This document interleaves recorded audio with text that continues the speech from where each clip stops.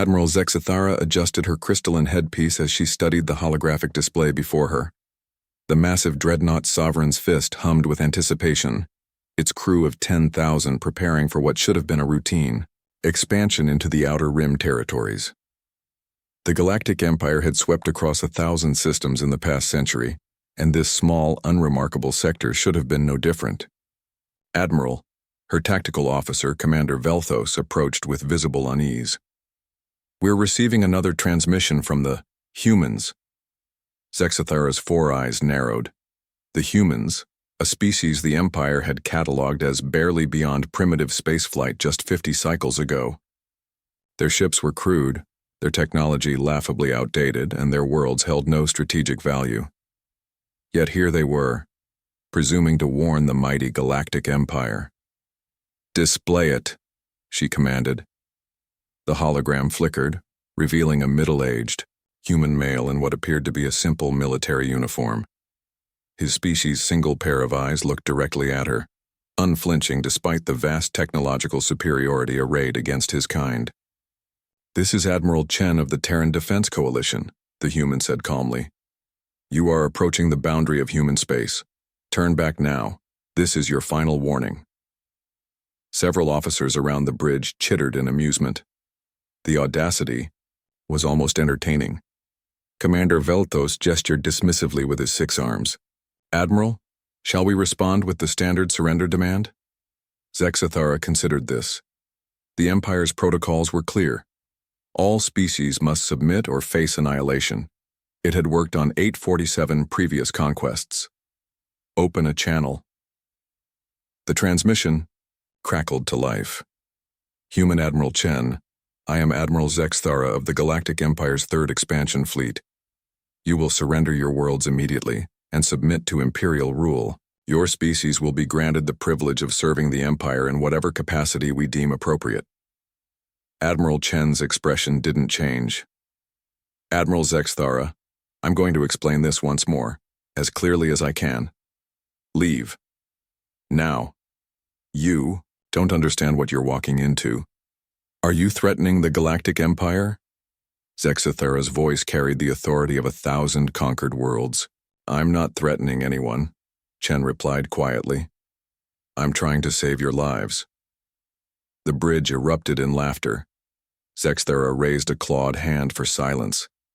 This primitive species was showing remarkable defiance. It would make their subjugation all the more satisfying. "We will arrive at your primary world in 6 standard hours. Prepare for conquest." The transmission ended.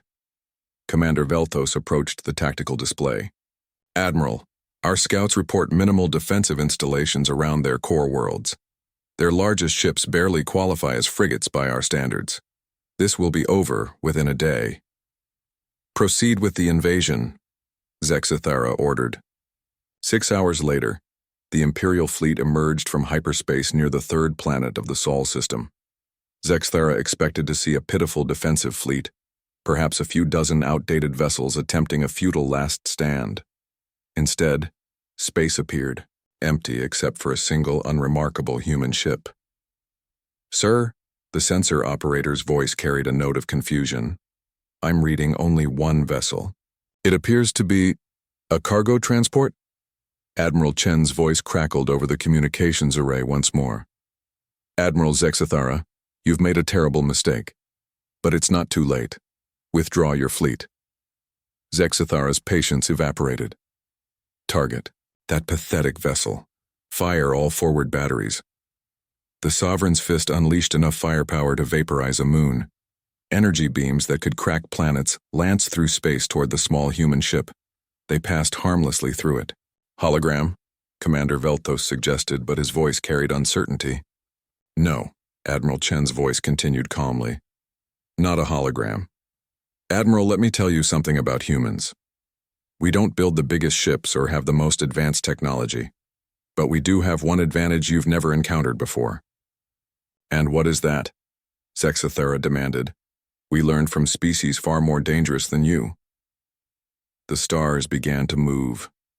At first, Zexithara thought it was a sensor malfunction. The stellar positions on the display were shifting, constellations, rearranging themselves. Then she realized the truth. It wasn't the stars moving, it was everything else. "Admiral," her chief scientist stammered, something is manipulating space-time itself. The gravitational fields around us are being artificially controlled." "Impossible," Zexathara breathed.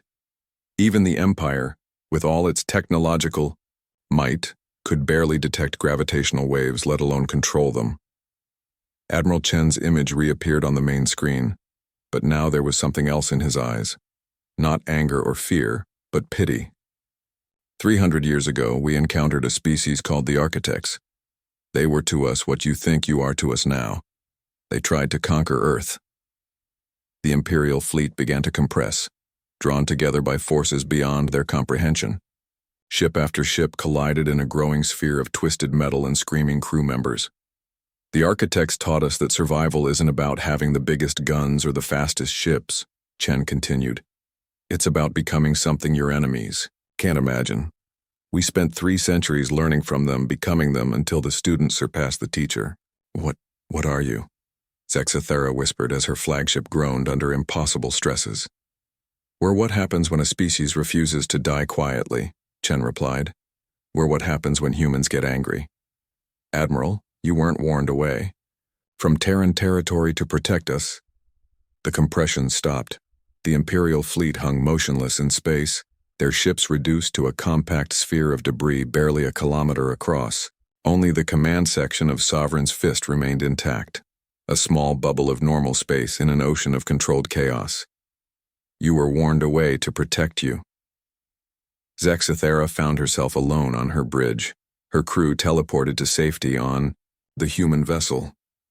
She faced Admiral Chen one final time as her ship's systems failed around her. "Take this message back to your empire," Chen said, his voice carrying across impossible distances. "Humans don't conquer. We don't need to. We've become something else entirely.